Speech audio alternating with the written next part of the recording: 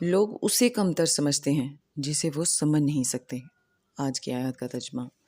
پناہ مانگتی ہوں اللہ کی شیطان مردود سے، شروع اللہ کا نام لے کر جو بڑا مہربان نہایت رحم والا ہے۔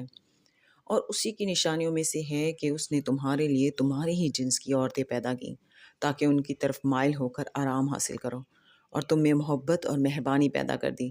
جو لوگ غور کرتے ہیں ان کے لیے ان باتوں میں بہت سی نشانیاں ہیں۔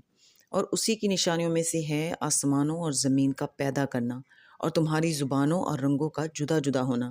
اہل دانش کے لیے ان باتوں میں بہت سی نشانیاں ہیں۔ اور اسی کی نشانیوں میں سے ہے تمہارا رات اور دن میں سونا اور اس کی فضل کا تلاش کرنا۔